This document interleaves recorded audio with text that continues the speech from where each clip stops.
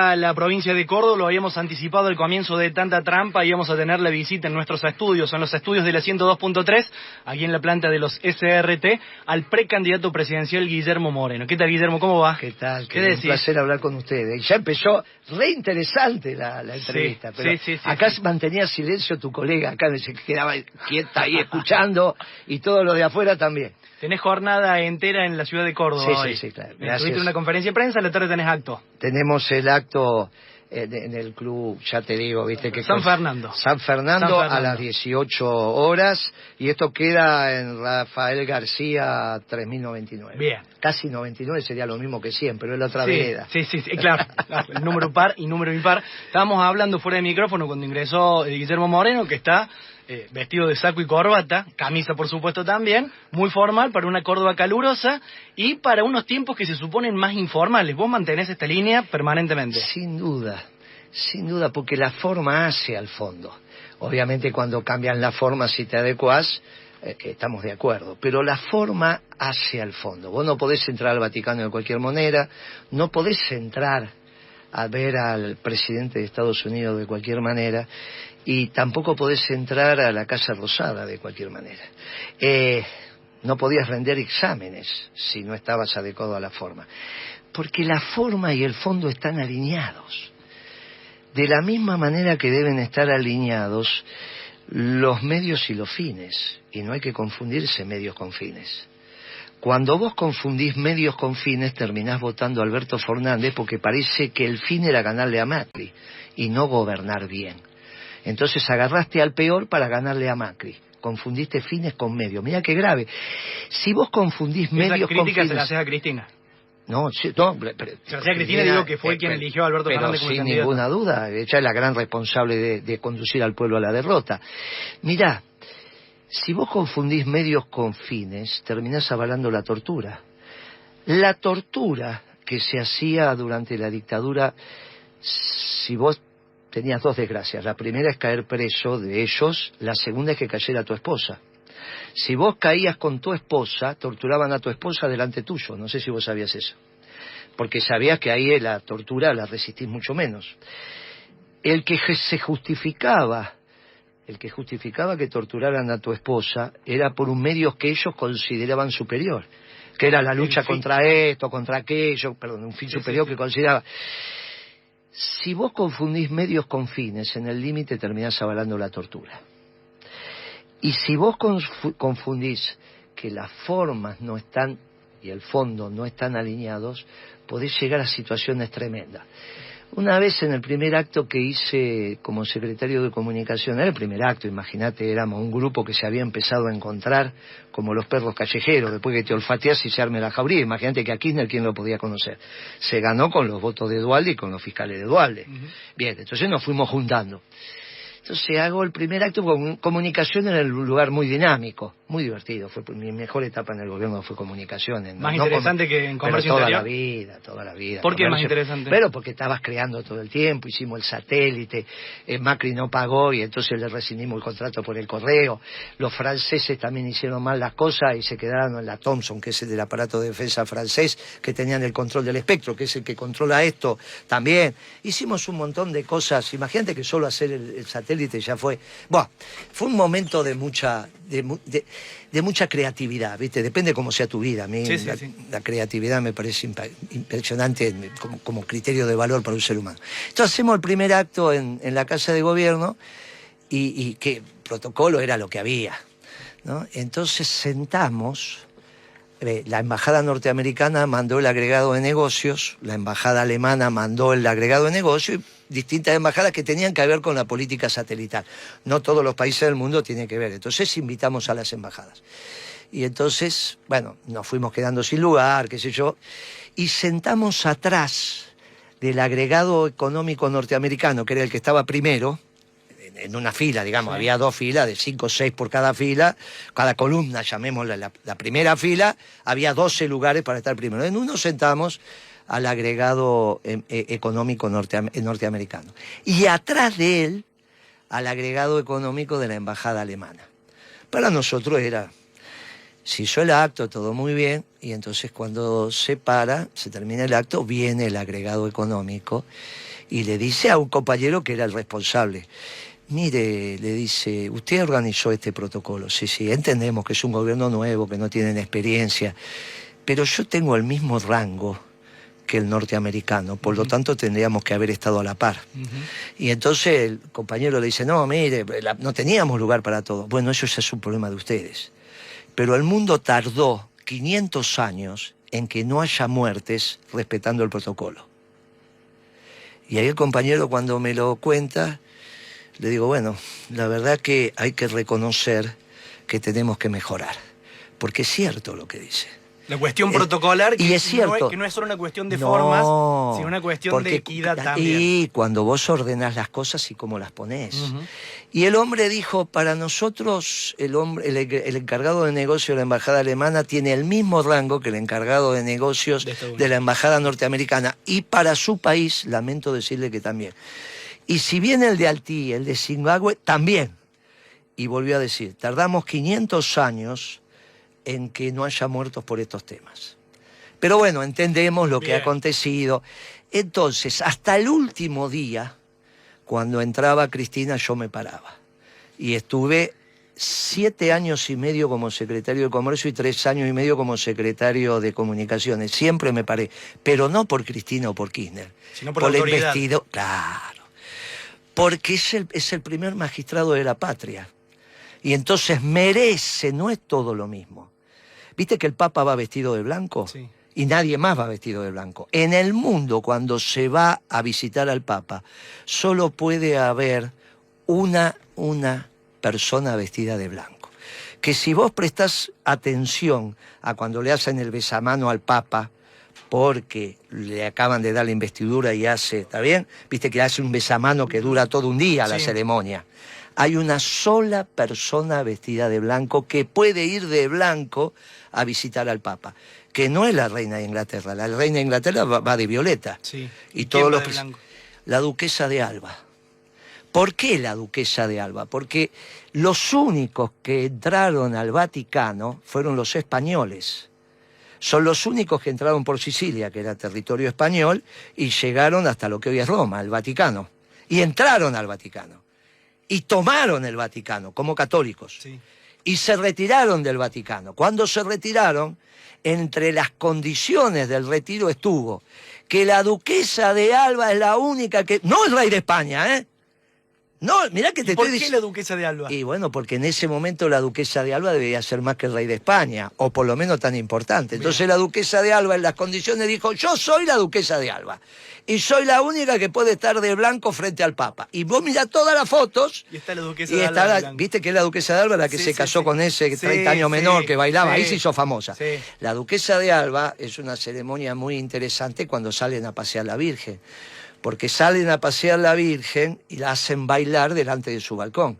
Y tiene que salir la duquesa de Alba y decirle gracias al pueblo por hacerme bailar la Virgen. Es una ceremonia extraordinaria. Mirá si tiene que ver la tradición, hermano, con todos estos posmodernos que piensan que el mundo empieza todos los días. No, pará que no terminé. Sí. La vocera presidencial, muchacha posmoderna hasta el caracú. Sí, Gabriela hizo Cerruti, un tuit, periodista. Hizo un tuit que dijo, el pasado no existe y el futuro no sabemos. Viví el presente. Entonces te da lo mismo si va de blanco, de negro, sucio, vestido, si te parás. No, hermanito, esto es el peronismo. Bien, eso es el peronismo. Entonces vengo de saco el barco. Y bien peronismo. Si alguien, por esta postura que estás planteando, te dice, loco, estás siendo un poco conservador. No. ¿Vos reconocés que tenés una mirada conservadora sobre ese tema? No, son las raíces, salvo que vos llames conservadora las raíces. ¿Cómo no voy a creer en las raíces? Nosotros somos greco-romanos, somos hispánicos, somos el norte de África, somos los pueblos originarios. Hace poquito se celebró la Pachamama, esta semana. Ayer. Y esto es conservador.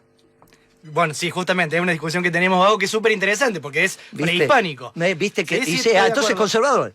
Todos estos jujeños son unos conservadores, los salteños.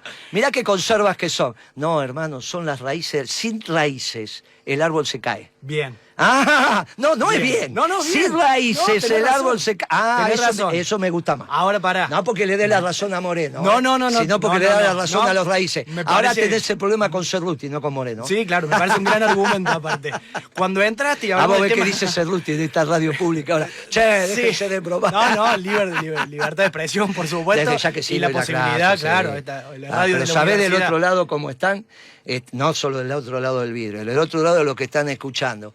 Porque en realidad nosotros que todavía seguimos siendo revolucionarios, solo se hace la revolución si crees en las raíces, si no, ¿para qué haces la revolución? ¿Para qué vas a hacer una revolución si esto termina cuando vos te morís? Imagínate Fidel Castro o Washington, Sí. que hicieron las revoluciones que hicieron, que ellos pensaran que todo se terminaba porque ellos se morían. ¿Para quién hace la revolución? Claro, ¿por qué nosotros seguimos haciendo la revolución? Es para los que vienen. Pensando en un mañana en donde no vas a Muy estar. bien, entonces hay futuro. Sí, Mirá claro que- que hay mirá- futuro. pero mira lo que dice Cerruti. Sí. Bueno, y así gobiernan esto. Así, por eso el presidente puede decir yo no quiero planificar porque los planes no sirven. Mirá la cabeza de ese muchacho. Ya vamos a hablar del gobierno. Cuando ingresaste y charlamos de la cuestión de la corbata, me dijiste fuera de aire, soy setentista. Sí, claro. ¿Lo podés definir? Sí, claro. ¿Qué supone somos, ser y setentista? somos aquellos de la última generación que conocieron a Perón. Y que Perón te llenó de una doctrina para transformar la humanidad, una humanidad injusta que había tirado bombas atómicas, donde hay pobres, donde hay extremadamente ricos, donde no hay justicia, donde no reina el amor, donde no reina la paz. Y Perón nos decía, mire, nosotros somos una doctrina de amor y paz para todos los pueblos del mundo, respetando las especificidades de cada pueblo, las características de cada pueblo. Y nosotros decimos qué suerte que terminó esta globalización, que hacía a todos los seres humanos iguales, consumimos los productos chinos, nos vestimos todos iguales, cantamos la misma música, y se perdía la riqueza de lo diverso. Y los nacionalistas nos encontrábamos que no sabíamos dónde estábamos, se terminó. Ahora hay un debate dentro del nacionalismo. El nacionalismo europeo, que es xenófobo, aquel nacionalismo que construyó la identidad de su pueblo masacrando al pueblo vecino, y el nacionalismo de los pueblos americanos, que es un nacionalismo de pueblo, es un nacionalismo inclusivo, un nacionalismo que ama a todos los pueblos. Nosotros construimos nuestra identidad con lo distinto. Y la seguimos. Mira, yo tengo la básica, siempre donde vivo hay una básica, igual no es que viví en todo lugar. Tengo la básica a la vuelta de mi casa. Vos sabés la alegría que me da ver a los negros, viste que hay negros en la Argentina, ya hay pibes café con leche. Etnia, sí, Sí, los negros. Y vos sabés cantando la marcha, porque no se la enseñamos a palos, ¿eh? No es como los ingleses que le enseñaron a hablar inglés matándolos a palos. O si no le decía, si ellos no decían que tenían hambre, en inglés no comían. Entonces tenías que aprender a la fuerza. Nosotros con amor le enseñamos la marcha. Y hoy los negros estos cantan la marcha peronista. Sí, no, por supuesto. A ver sí. si nos confundimos, pensamos que la marcha... Interpretamos que era la marcha Sí, a ver peronista. si pensás que era marcha radical. ¿Vos iniciaste todavía. tu militancia juvenil en los 70, en el peronismo? Y claro, porque yo en el 70 tenía 15 años, empecé a los 14, en el 69, pero sí. O sea, cuando digamos, llegó Perón vos tenías 18 entonces. Claro, 17, sí. Con un peronismo enfrentado. Ese es un error ¿Y garrafal. dónde estuviste vos? No, pero no, eras muy joven. Eso se Pero lo no tenés tuviste que- una opción No, ahí. A ver, no, recordamos lo que fue los dos estaban equivocados. La patria socialista no la querían los norteamericanos y la patria peronista no la querían ni los norteamericanos ni los soviéticos. Es un error de comprensión, por eso el discurso de ese día es el discurso de Perón. ¿Qué dijo Perón esa noche? Que es mucho más importante que donde estabas vos, porque a los 17 años vos estás en un lado, en el otro. ¿Qué dijo Perón esa noche? Esa noche dijo algo extraordinario que ya lo había dicho en el 55. Entre la sangre y el tiempo, elijo el tiempo. El que se vanaglorie de haber estado en algún lugar en Ezeiza es un idiota. ¿Vos no Créeme. estuviste en Ezeiza? Sí, estuve. Pero el que se vanaglorie Sí, sí, de haber sí. estado en un lugar, hoy a la vejez te digo, el sabio volvió a ser Perón. No vale la pena aseverar los errores. Primero que éramos muy chicos. Sí. Pero los dos estábamos equivocados, hayas estado donde hayas estado. Lo importante de ese momento es que los dos estaban equivocados. Y Perón en su sabiduría dijo, entre la sangre y el tiempo, elegimos el tiempo. Por esa razón habían pasado 18 años para volver del exilio. ¿Por qué? En realidad había venido el año anterior. Sí, en el 72, noviembre del 72. Donde el cuñado de Patricia Bullrich y Brito Lima iban juntos a buscar a Perón. Ahí Así es. fuimos todos juntos. Ujú. Se separaron en el 17, en el año siguiente. Y los dos equivocados. Los dos ¿Vos no equivocados. estabas no militabas en la Nosotros Juventud Peronista? Juventud Peronista éramos Estaba. todos. Está bien. Claro, Juventud Peronista del Mariano Moreno éramos todos. No estaba ni la UES, ni la JUV, eso vino después. Y no estaba en la J. Perra de López Rega. No, eso sabe que estás hablando. Para nosotros fueron... Estás hablando del 20 de junio del 73, donde todavía era la Juventud Peronista, olvídate.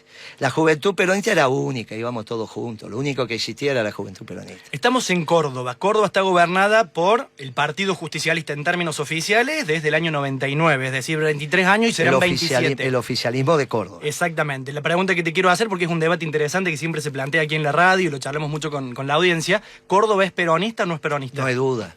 Y sobre todo después de los que acaban de ganar, sobre todo con el intendente. No sabés qué bien que cayó en el peronismo nacional las declaraciones del intendente que acaba de ganar. Martín Zarzora. No, el intendente. Daniel Pacerini. El intendente. El intendente. Hizo unas declaraciones extraordinarias. Mirá, nosotros pusimos de candidato en Principios y Valores un cura en Capital Federal, un cura párroco, Sí. De la iglesia de San Pedro Telmo, porque pensamos que en Capital la sociedad está preparada para ordenar la política y la economía de donde hay que ordenarla, que es la moral. ¿Está bien? Y este es el debate que estamos dando y nos está yendo muy bien. Y siempre dijimos, miren que Capital y Córdoba son los que adelantan el ciclo político en la Argentina. En Córdoba teníamos nuestras dudas, porque bueno, las declaraciones de Schiaretti diciendo me voy a juntar con la reta y esa cosa, viste, no, eso generó... Pero apareció este intendente cordobés que primero cantó la marcha el día de la elección. ¿Cuánto ayer no se cantaba la Muy marcha en bien. un acto en Córdoba? Después los dirigentes sindicales me dijeron, es porque tuvimos los sindicalistas, estuvo las 62 organizaciones, bueno, extraordinario que los hayan invitado. Pero después yo lo escuché al hombre, lo escuché en un reportaje en una radio de la capital y habló, es que soy peronista. Y empezó a hablar como orgullosamente peronista. Mirá si otra vez Córdoba adelanta el ciclo. Y empezamos a tener este orgullo peronista en todo el país. Y se terminan estos progresistas socialdemócratas, posmodernos sin principios y valores. El progresismo socialdemócrata es Alberto Fernández, como lo has definido vos. No la solo, pregunta... no solo. Bueno, bien. Alguien eligió eso también. Sí, claro. Alguien pero eligió la a pregunta... Foster, alguien eligió todo eso. Claro. La pregunta es Córdoba, Juan Schiaretti. ¿Es peronismo? Sí, no hay duda, ¿Es no hay peronismo? duda. Sí, es peronismo. ¿Tenés sí. puntos en común con Juan Schiaretti? Tenemos, sobre el superávit fiscal y algunos temas económicos tenemos. Quitar las retenciones desde ya que no. Bien. Quitar las retenciones no porque aumentase el precio de la comida. Me parece que Schiaretti, quizás su formación económica como contador, no le permite analizar el conjunto, pero bueno, tendría que tener a alguien que le diga, mire Schiaretti, que si saca las retenciones aumenta la comida, que es lo que hizo este gobierno hace una semana, cuando devaluó parcialmente para el maíz y llevó la tonelada de maíz a $340 en pesos, peso por dólar, sí, digamos, ¿no? Estará 200 y pico la tonelada de maíz, te dan 350 pesos por cada dólar exportado. Lo que hiciste prácticamente es quitar la retención, aumentó todo. Fíjate lo que son los titulares con la carne, con el pollo, con los huevos, con la leche, con el cerdo. Vos no le podés sacar la comida de la boca a la gente. Es una locura lo que hicieron. ¿Es tu única distancia con Schiaretti, con el peronismo de Córdoba? Bueno, porque pienso cuando vos estabas en el gobierno... Cuando se juntó con la reta no lo entendí. Mirá que yo siempre hablé muy bien de Schiaretti, no entendí esa maniobra. Para mí es un compañero y valoro que haya estado... Y fíjate que fue fundador de la Juventud Peronista, él es mayor que yo. Yo heredo la fundación que él hizo a fines de los 50, principios de los 60. Y no solo de eso, de las acciones que tomaba el peronismo. Bueno, valoro la trayectoria de Schiaretti, es una trayectoria muy valorada en el peronismo y muy valorada por nuestra generación. No entendimos eso de juntarse con la reta, que a su vez ya sabemos que es de la pandilla de Macri.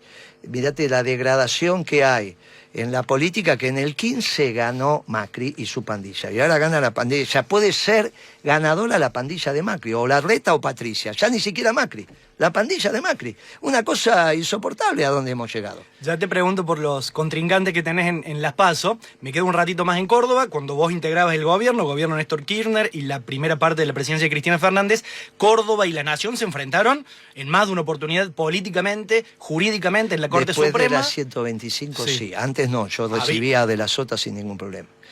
Pero no era un adepto al kirchnerismo, de la Sota, era muy crítico. No existe el kirchnerismo. En aquella época, digo. No existe. Kirchner me decía a mí, mirándome a los ojos, nos dicen kirchnerita cuando nos quieren bajar el precio. Bueno, el peronismo nacional. De la Sota y Schiaretti nunca se mostraron cercanos cuando eran las buenas épocas de... Estás equivocado. Pero aquí en Córdoba no lo decían al menos, ¿eh?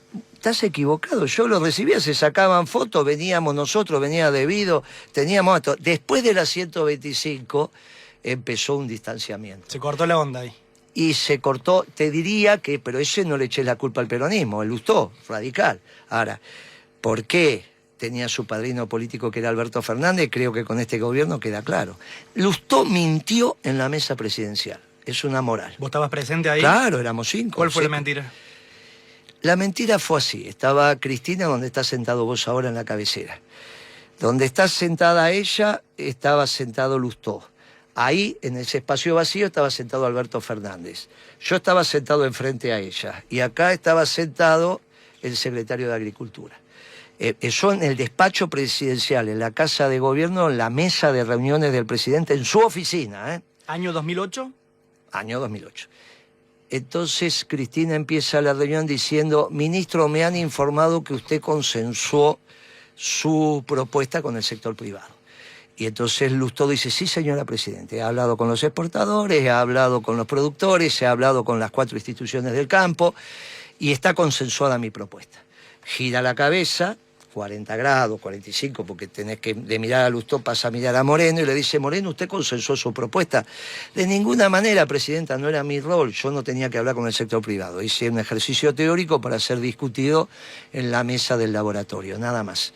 Bueno, entonces la decisión empieza a quedar clara. Dígame, señor jefe de gabinete, ¿usted avala lo que dice Lustó, que consensuó con el sector privado? Típico de Alberto Fernández, dice: si lo dice el ministro, ¿cómo va a mentir?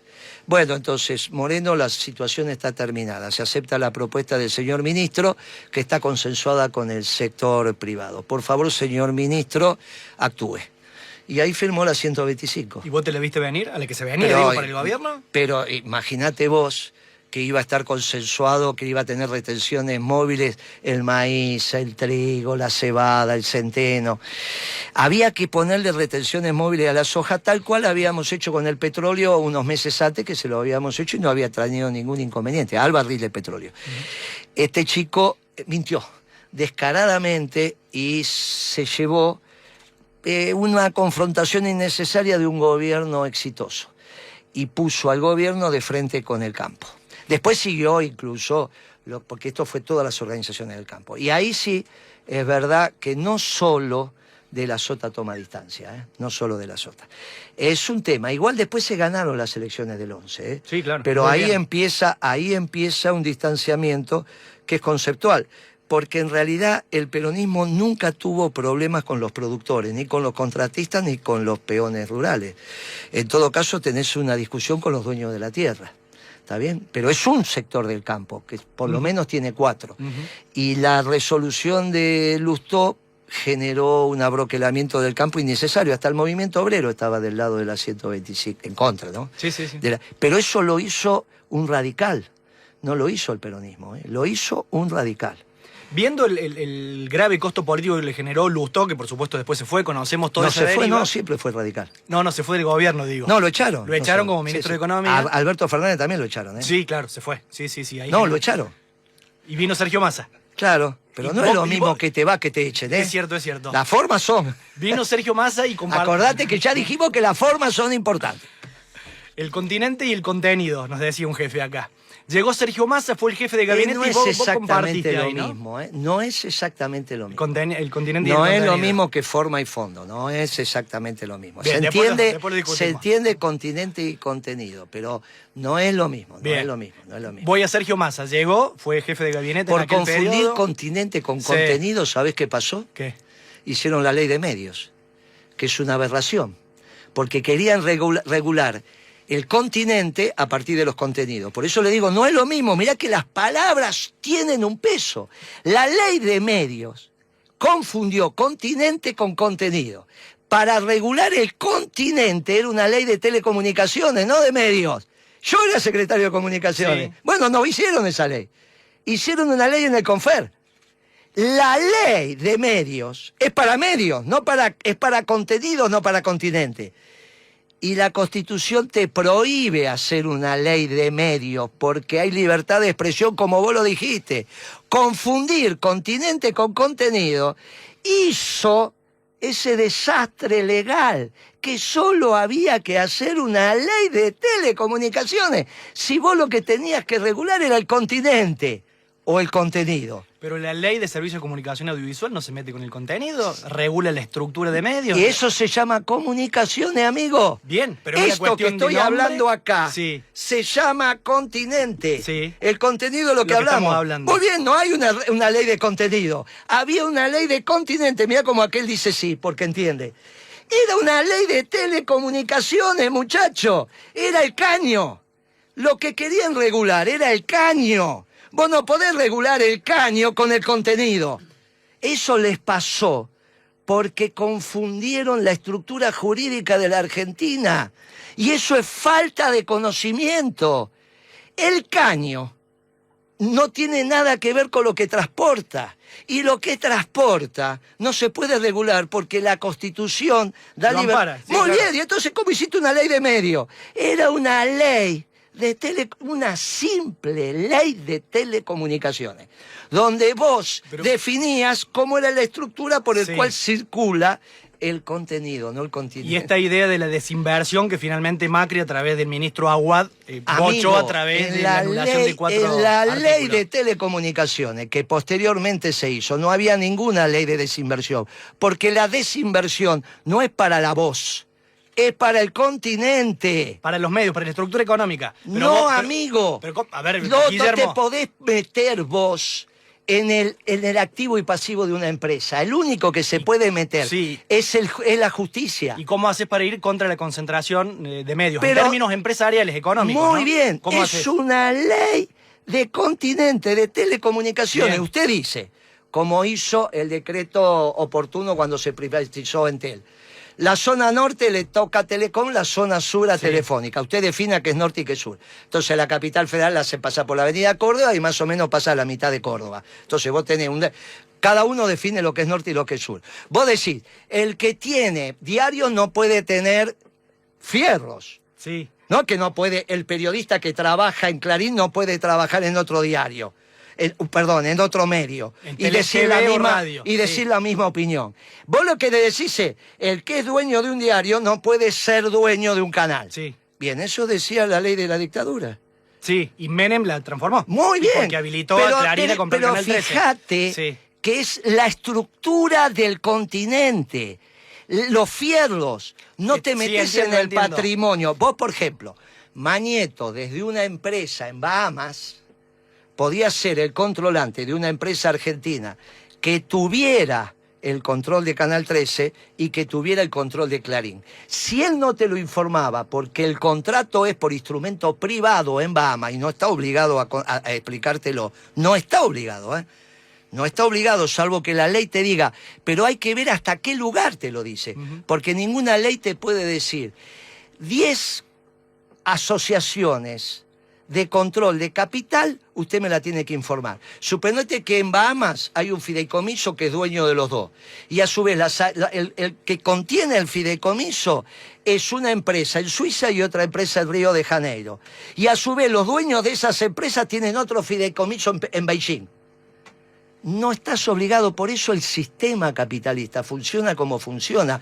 Y no conocer cómo son las estructuras. ¿Y cómo haces para evitar la concentración monopólica de los medios? Precisamente para eso tenés un órgano de control. Y vos le decís, mire, regístreme hasta dónde nosotros tenemos soberanía. Vos no tenés soberanía sobre la Inspección General de Justicia de Bahamas. Por eso el sistema capitalista inventó las sociedades anónimas. ¿O vos te pensás que le inventó Mao o Lenin la sociedades anónimas? Le inventó el sistema capitalista. Ahora, querer transformar una realidad sin entender cómo funciona el sistema capitalista, no entendés nada. Y terminás siendo un tonto. Voy de nuevo, si sos presidente, si sos electo presidente, ¿qué sucede con los medios concentrados de la República Argentina? Muy bien, entonces es una discusión mucho más importante, pero tremendamente más importante, que es la discusión sobre la competencia o la concentración. Que la competencia sea un criterio de valor positivo es un tema anglófilo. Y en general, que el hombre es lobo del hombre no es un concepto que yo acepto, porque nosotros, por el origen que tenemos de nuestras raíces, creemos en la economía solidaria. Por eso pusimos un cura en la capital federal para el hecho moral.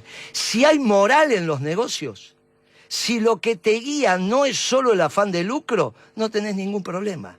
Si lo que te guía... Sí. Ahora, si vos te gusta la competencia, déjame que te diga que sos del siglo XIX, de los que inventaron la antropología y la supervivencia del más apto. Porque es el concepto típico de los británicos.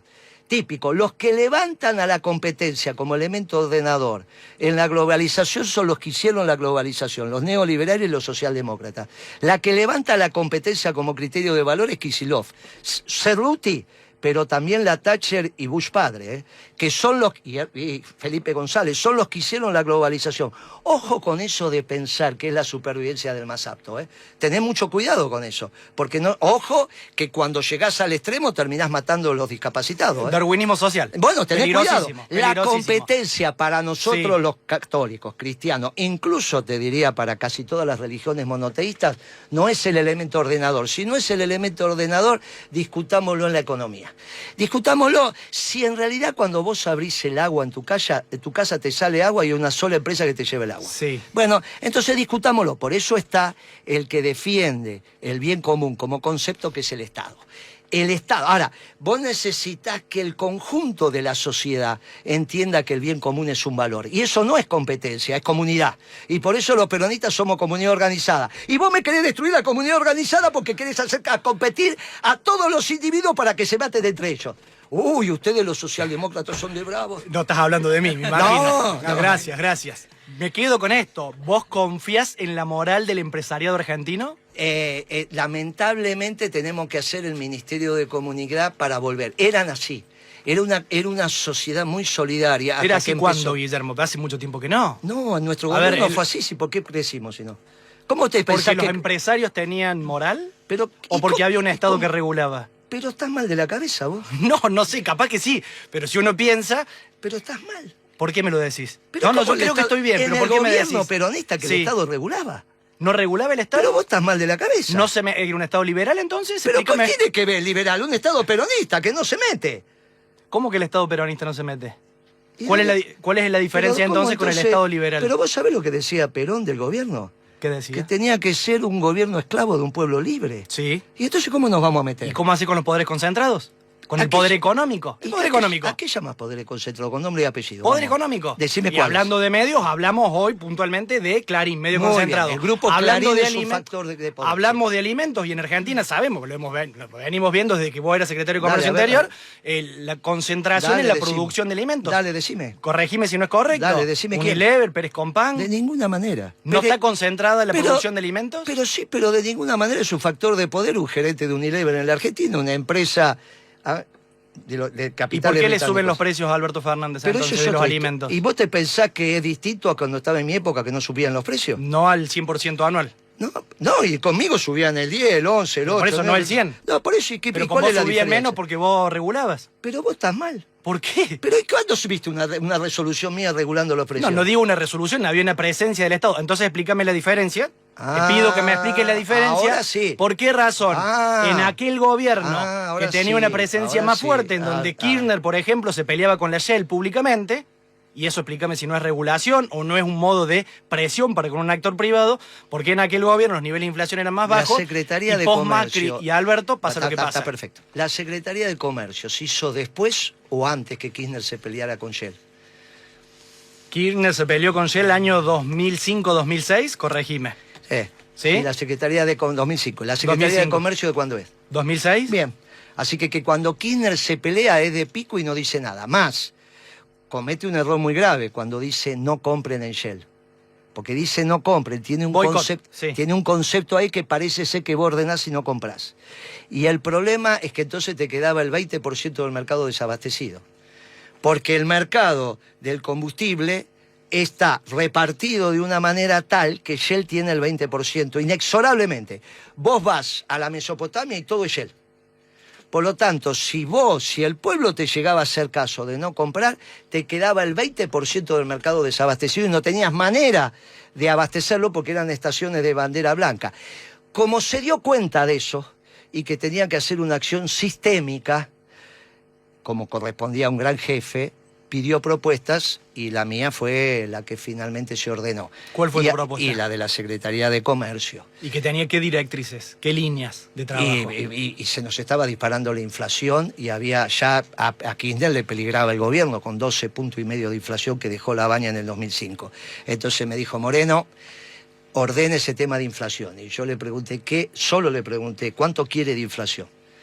El día que me ofreció el cargo fue 1 minuto, no te olvides que yo era secretario de Comunicaciones. Sí. Entonces me llaman, y es el único día que me engripé. En 3 años y pico, el único día que estaba engripado, me llama el secretario de Kirchner y me dice, ¿dónde está? Y yo que le voy a decir, bueno, venga, de Comunicaciones a la Casa de Gobierno hay 10 cuadras, si había menos. Engripado. Bueno, voy. Con saco y corbata. Entonces, me la tuve que poner. Y entonces le dice...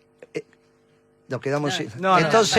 Entonces entro y Kirchner estaba mirando la ventana y me dice, ¿usted piensa que el que es ahora técnico del Real Madrid, no del Real Madrid, del Atlético Madrid, Simeone, ¿usted piensa que Simeone tiene que volver a Racing? Y yo le digo, sí, es extraordinario que vuelva a Racing, me encanta que me haya llamado de urgencia para pedir mi opinión. Y me mira así y me dice, este de los porteños, siempre iguales. Dígame una cosa, ¿es verdad que le tiene miedo a los empresarios? Le tengo un miedo que no sabe el miedo más, le tenía más miedo que a Videla. Bueno, quiero la renuncia suya, ¿cómo no? Señor presidente, ahí ya fue señor presidente, porque primero me estaba tomando en chanza y sí. Él ya estaba. Presidente, fue un honor trabajar con usted, me di media vuelta y me fui. Y entonces me dice, venga para acá. Sí, señor presidente, mire que ya renuncié. ¿Viste cómo dice? Sí, que ya entonces ya está. Mirá que ya no soy mal presidente. Venga para acá, mire que ya renuncié. ¿Cómo hacemos con los precios? Y le digo, tenemos que hacerlo con los acuerdos de precios, tenemos que ir por ahí. Sí, bueno, tiene que hacerse cargo de eso. Y que Salas, que era el pibe que se estaba haciendo cargo de eso, va a pasar a Comunicaciones. ¿Cuándo empieza? Y si es así, mañana. Bueno, empiece mañana. Empezaban las Pascuas. Entonces me voy, y ahí vuelvo yo. Y le digo, dígame una cosa, ¿cuánto quiere de inflación? ¿Cómo me dice? ¿Viste que se ponían los pulgares en el cinturón? Sí. ¿Cómo dice? ¿Cuánto quiere de inflación, viejo? Si no, ¿cómo vas a saber si somos buenos o somos malos? Dígame cuánto quiere de inflación. Ya teníamos 3, ¿eh? Enero, febrero y marzo había pasado. Esto que estoy contando son las Pascuas de abril. Y ya tenemos 3. Viste que era canchero este. Que sea 10. ¿Cómo no, señor presidente? Así será. Cuando llego al picaporte de la puerta me dice, venga para acá. Voy, le digo, porque ya es el presidente de vuelta. ¿Qué le pasa? Me dijo muy rápido 10, ¿eh? No, 11 me había dicho, perdón, 11. Me dijo muy rápido 11, que sea 10. Va a ser debajo de 10. Y le pusimos 9,8. Con todos esos del INDEC, que son los que estuvieron siempre. Porque nosotros... Beatriz Paglieri aparece en enero, febrero del 2007. O sea, que no vengan los radicales a decir, viste que los radicales enseguida se van de boca. A decir, no, porque Moreno. Con la misma estructura, con la Bebacua, con todos esos, bueno, 9,8 de inflación. Bien. ¿Cómo lo hicimos? Como hace siempre el peronismo cuando está en la economía. Conversa. Los precios son conversados.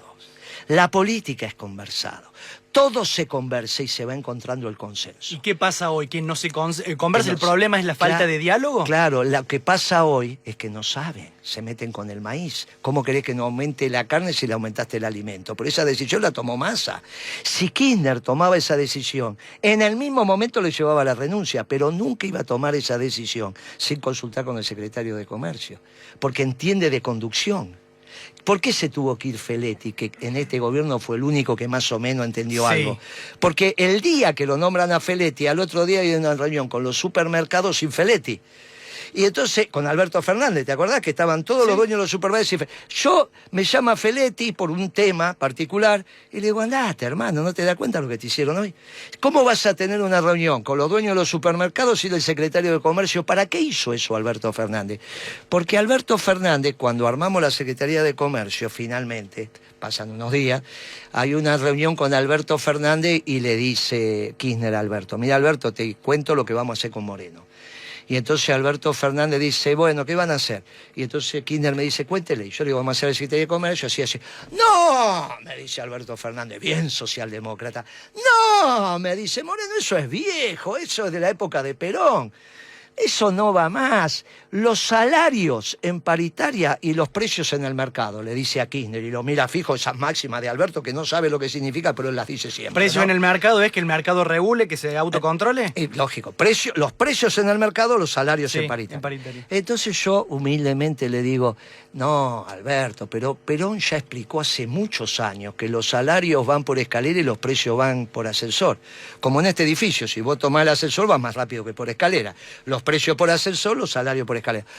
No, dice Alberto, pero Perón, no, eso ya es muy viejo. Mirá, Moreno, a ver si somos claros. De las 20 verdades, como máximo pueden quedar 3. Y ahí se ve que ya me puse un poco colorado. Entonces Kirchner me garcó porque me guiñó el ojo y nunca terminé de saber cuál era el ojo, ¿entendés? Entonces me guiña el ojo y le dice a Alberto, le pone la mano así acá y le dice, bueno, Alberto, la seguimos otro día la conversación, quédate tranquilo. Y viste que el despacho del jefe de gabinete está pegado al del presidente por un palier. Sí. Bueno, salió por la puerta esa y se fue a su despacho.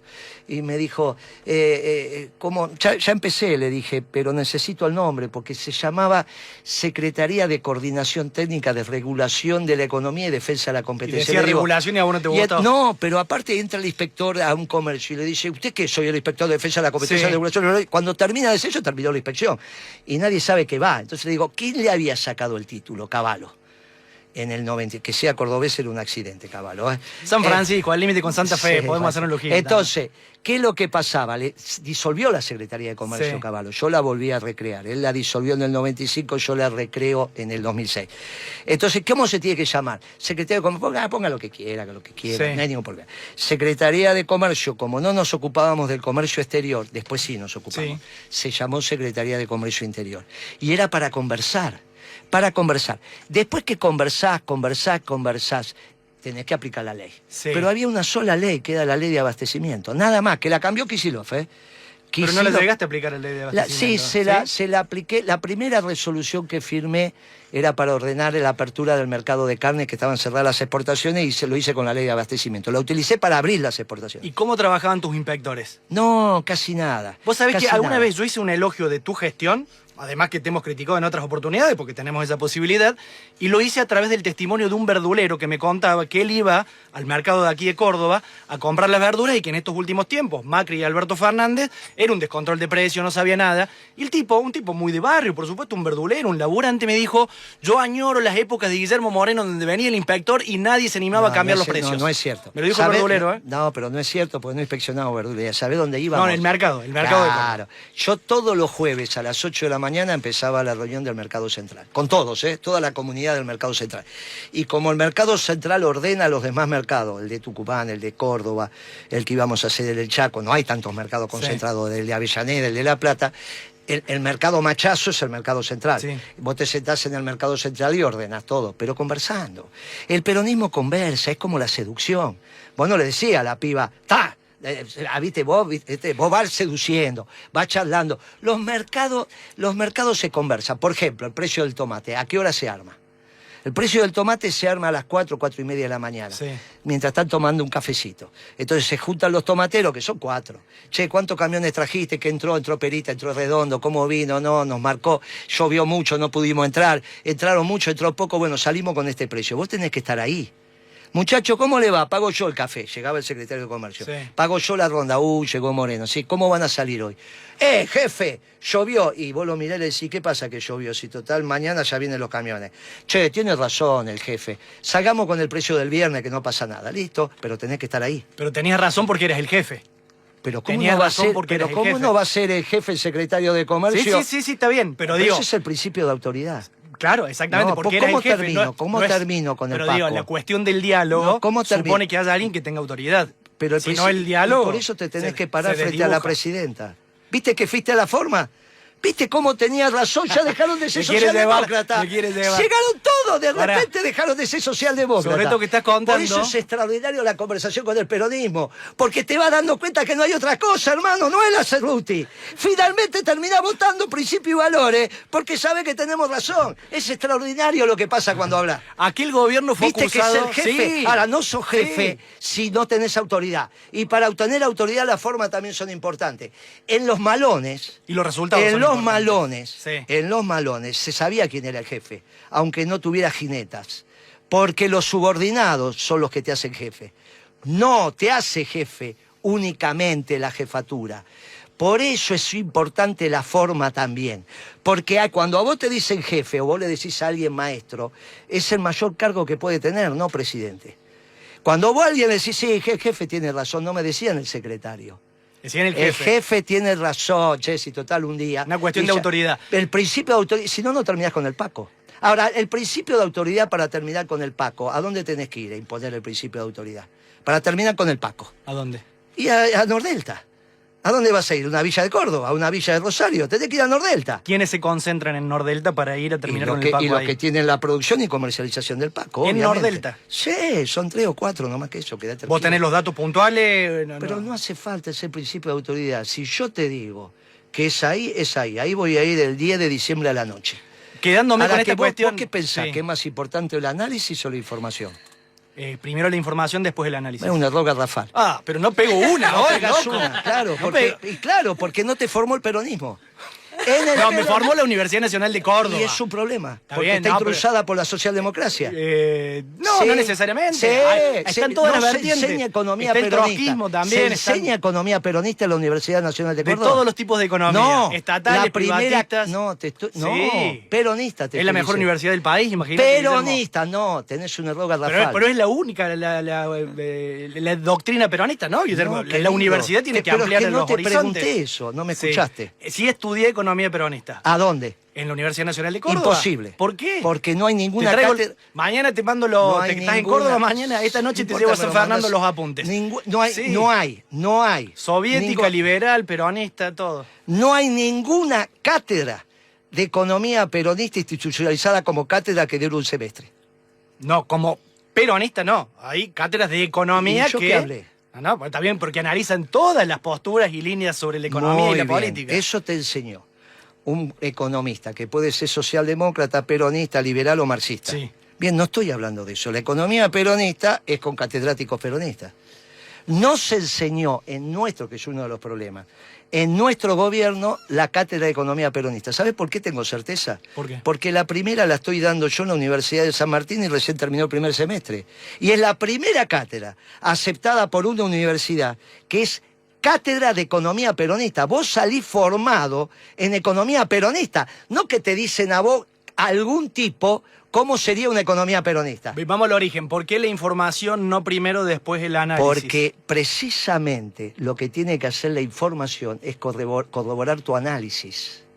Porque si no, vos precisás información para analizar. Y entonces para vos, para tener un buen análisis, parecería ser que primero tenés que tener un servicio de inteligencia. Este es un error que se comete muy típico. Con la información pública, que con todo lo que está y que vos lees y sabés, tenés que hacer el análisis. Y después la información tiene que corroborar tu análisis. Si corrobora, seguís analizando y vas ascendiendo en la escala de conducción. Si no corrobora, dedícate a otra cosa. No es información y después análisis, eso es la cámpora.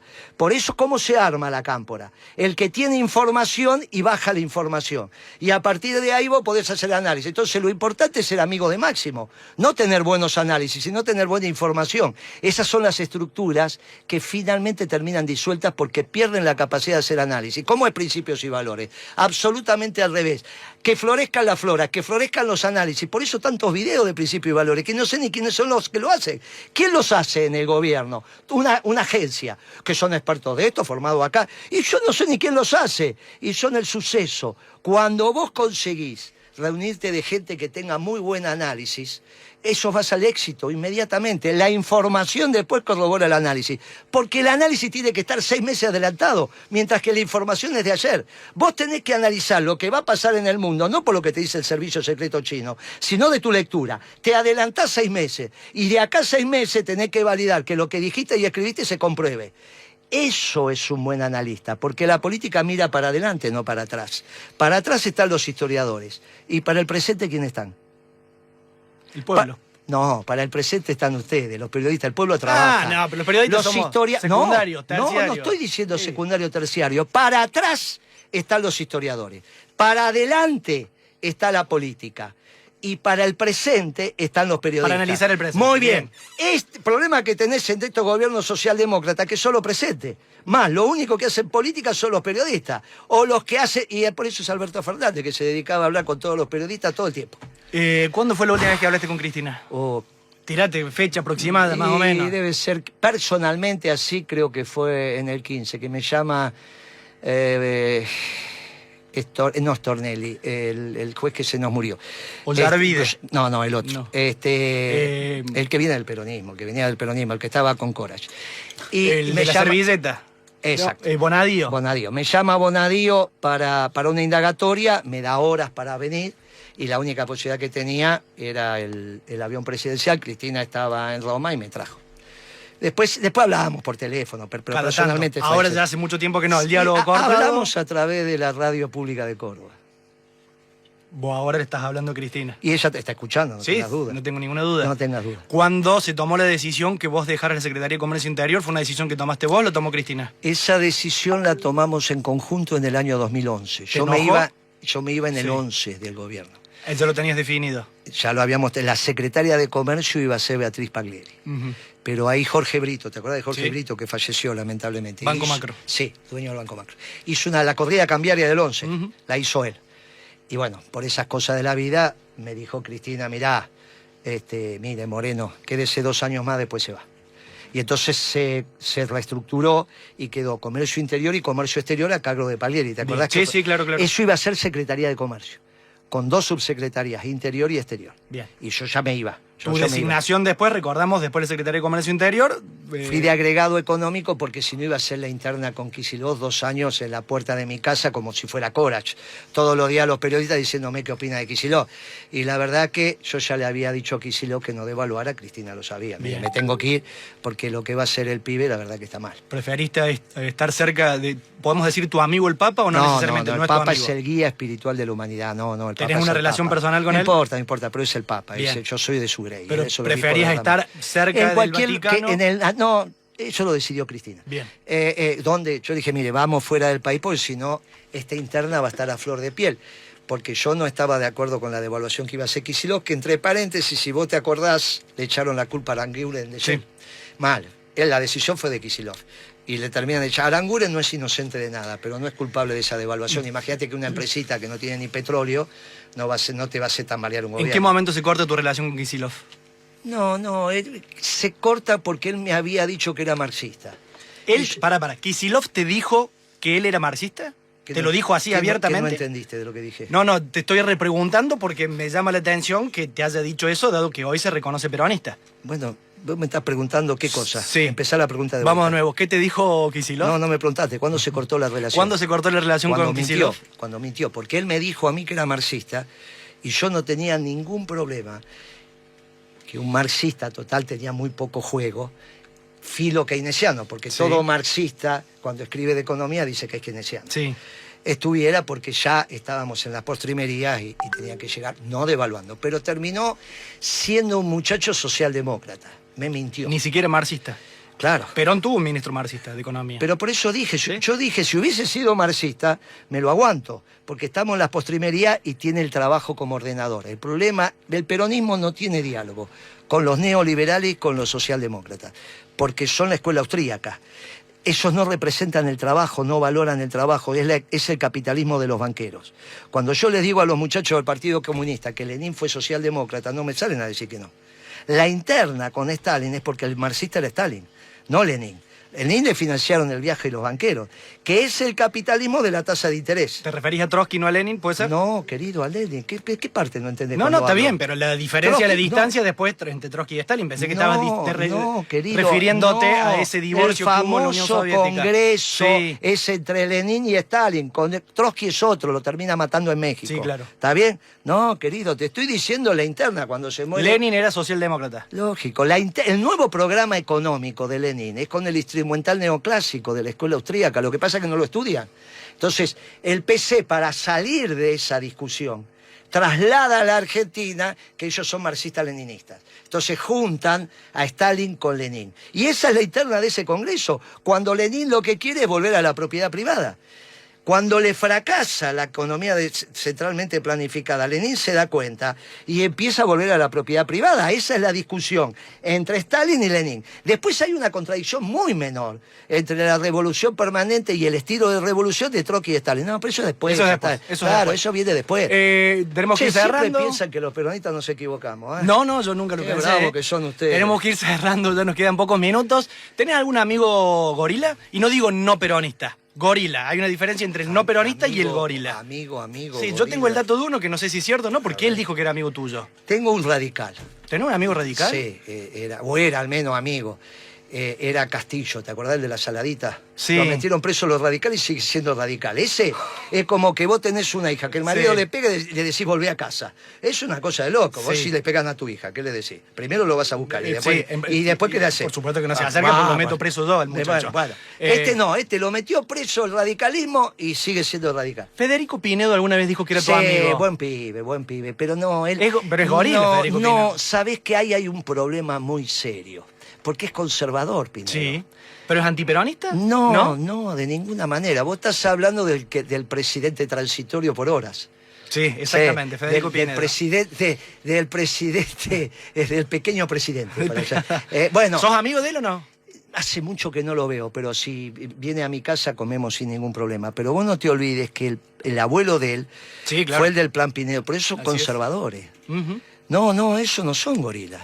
Son conservadores. Gorila era Alfonsín, por ejemplo. Sí, claro, muy antiperonista. Bien, eso es gorila. En el 73. Bueno, pero Pinedo no era antiperonista, todavía ni había empezado el peronismo. Fíjate que Alfonsín es gorila y no Pinedo. Sí. ¿Viste? Y eso me encanta. Está bien encaminado diciendo Gracias. que... Gracias. Una que acierto, loco. Está grabado esto, quedó registrado. Yo pensé que ibas a decir... ¡No!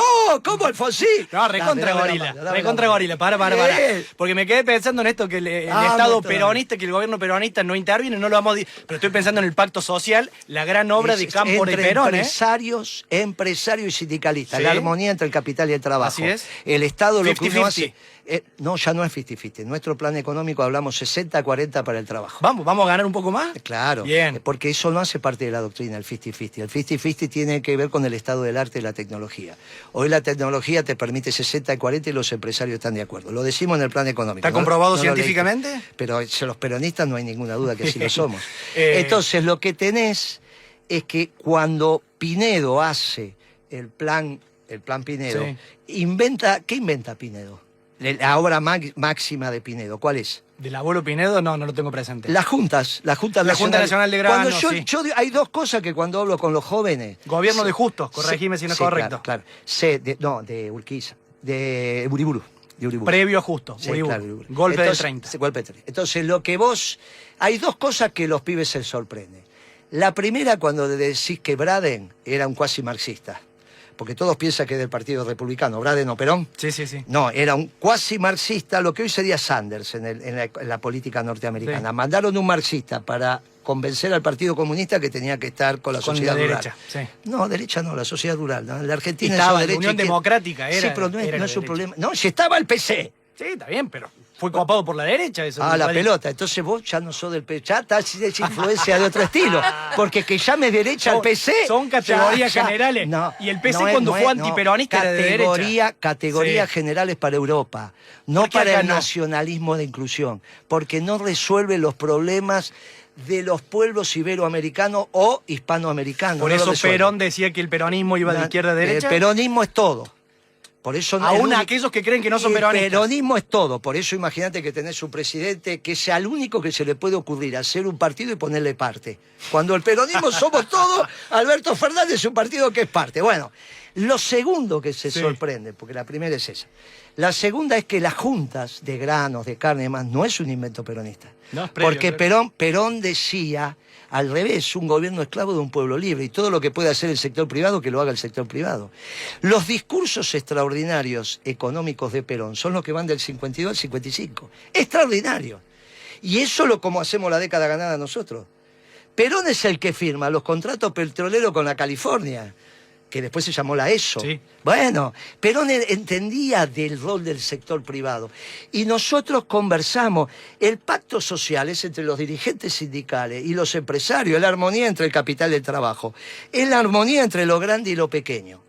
y es la armonía entre el hombre y la mujer, extraordinario, peronismo. Por eso codo a codo somos más que dos. En ese pacto social, ¿quién es el ojo máximo que...? Nada, ninguno. ¿Vos ¿No? estás, no, eso es lo que piensan los marxistas cuando interpretan el pacto social. El pacto social, no hay un ojo que mira. El pacto social es la armonía entre el capital y el trabajo, porque si no hay armonía entre el capital y el trabajo, no hay plan económico. La economía no la hace el ministro ni el presidente. La economía lo hacen los que hacen la economía. Y los que hacen la economía son los empresarios y los dirigentes sindicales. ¿Quién fue el mejor que interpretó a Perón en los últimos 50, 60 años? ¿Dirigente político que haya tenido acceso al poder o que no directamente? Sin duda, Néstor Kirchner. Pero ¿cómo hizo su gobierno Néstor Kirchner? Primero fue Duhalde que lo eligió. Le puso los votos y los fiscales. Y después Kirchner, en esa grandilocuencia que tenía, supo elegir de cada uno lo que daba más. Vos sabías que Cristina estaba en contra de que Kirchner fuera presidente, ¿no? En el 2003, ¿sabías eso? Le escuché ella decir que estaba loco al querer presentarse porque no tenía estructura, no tenía votos, no tenía muchas aspiraciones. Pero ahí mandó el jefe, como corresponde en el peronismo, y Kirchner dijo voy, y ganó. No ganó, salió segundo. Y después construyó un gran equipo peronista, con doctrina, con pasión, con patriotismo.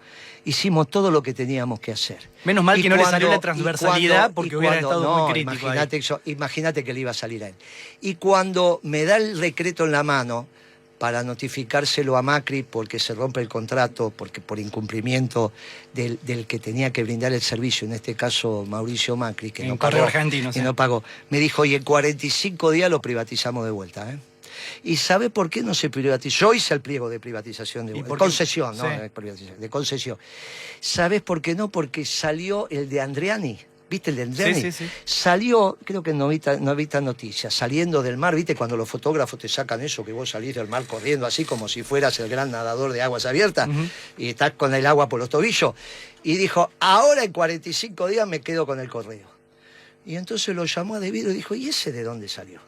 Me llama Devido y me dice, che, ese Andreani, ¿y dónde salió noticias? ¿Qué sé yo? No leo noticias. Bueno, comprale y llamame. Y leo y digo, ¿qué sé yo de dónde salió eso? No sé por qué dice eso ese tipo. Y entonces Kirchner van a decir, bueno, no van a ser 45 días, van a ser 120 días ahora. Y bueno, y ahí empezó. Pero Kirchner... O sea que el privatizar o estatizar no es un dogma, sino que es en función de las circunstancias. Pero claro, Perón en ese momento no tenía grupos económicos. Los únicos empresarios que se preciaban de tal eran algunos que empezaban en la manufacturera y después la sociedad rural, que no quería saber nada con eso, mayormente anglófila. Entonces Perón tuvo que recurrir a algunos generales para poner en marcha algunas empresas, pero hay que leer a Perón.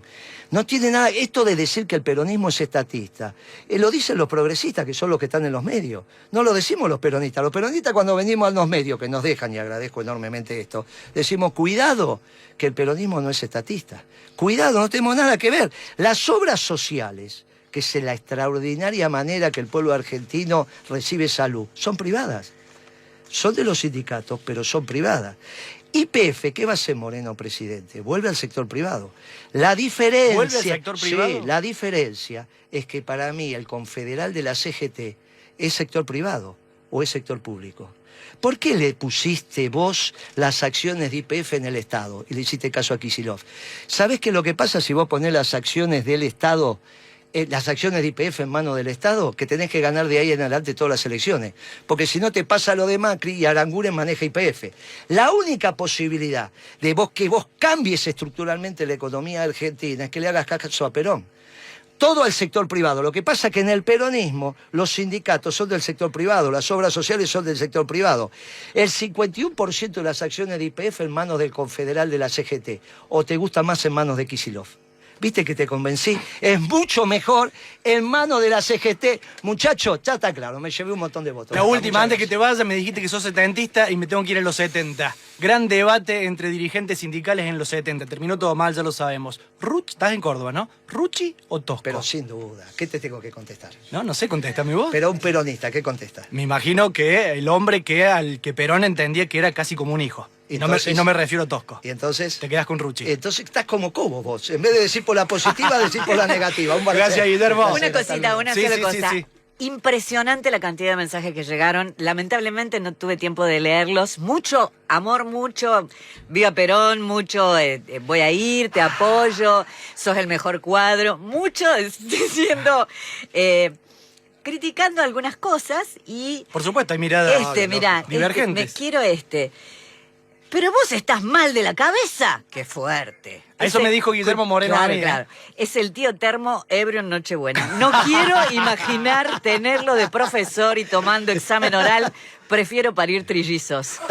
Impecable el contrapunto. Juan Cruz, me hicieron el día, gracias. Espero que suban la entrevista. Hermoso mensaje, mensaje, porque aparte le dio un poquito a cada uno. Sí, claro, no, por está supuesto. perfecto, ese es el peronismo. Yo tengo que mover la fibra del peronismo, ¿sabes por qué? Porque si no, ¿cómo recuperamos Santa Fe? Ahora voy de acá, me voy a Santa Fe. Tenemos que recuperar Santa Fe. La recupera con la mística peronista. Vengo a conseguir los votos del peronismo.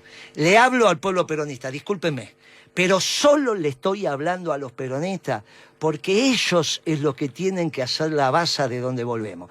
Y le digo a los jóvenes, la única revolución posible es la revolución de amor y paz del Movimiento Nacional Justicialista. Acompañen al peronismo para que tus hijos sean felices, porque hay futuro, hay mañana. Por eso lo que hacía el general Perón, incluso cuando se estaba muriendo, fue planificar.